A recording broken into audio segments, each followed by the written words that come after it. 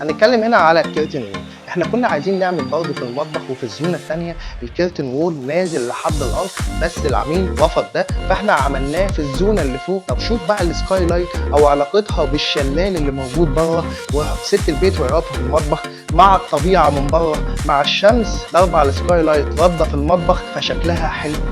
تقسيمه المطبخ موجوده معانا. اول حاجه معانا الباور 2 ليفل، معانا الكوارتز، حاطين مكان الديسبنسر في مكانه، مراعين ان القاروره هتبقى من تحت، معانا ادراج الحلل، ادراج العميقه، معانا برضو الجزئيه اللي تحت ادراج الحلل العميقه، كل ده سوفت كلوز. معانا هنا برضو عملنا جزئيه تحت مهمه جدا، الجزئيه بتاعت ان احنا برضو هنا نعمل فيها تخزين. نيجي للجزئيه دي حته استغلال المساحات في الاركان برضو مستغله كتخزين. نيجي برضو لادراج الخضار، 3 ادراج للخضار. معانا برضو هنا الادراج بالكامل، درج هنا للمعالق ودرج هيدن برضو موجود للمعالق. معانا هنا تحت الحوض، معانا الباسكت موجود معانا، ومعانا هنا برضو ستورج للتخزين. معانا الحوض السمارت موجود هنا في الجزئيه دي. معانا هنا برضو البوتاجاز، معانا هنا البول اوت اللي بيخدم على البوتاجاز، برضو استغلال المساحات، وبرضو دولاب النظافه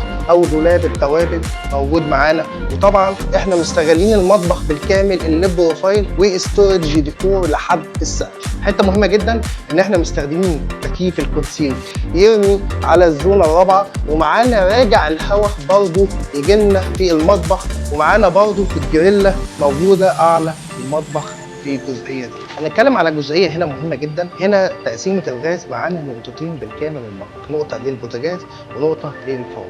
طيب ماسوره الغاز بنخبيها ازاي؟ بنخبيها بالشكل ده، بنعمل بالرخامه اللي موجوده معانا اللي احنا مصنعينها، بنخبي شكل ماسوره الغاز. ونيجي للجزئيه الثانيه برضو نفس الموضوع، النقطه اللي نازله برضو شكل الرخامه بنخبيها، بتبقى وراها ماسوره الغاز.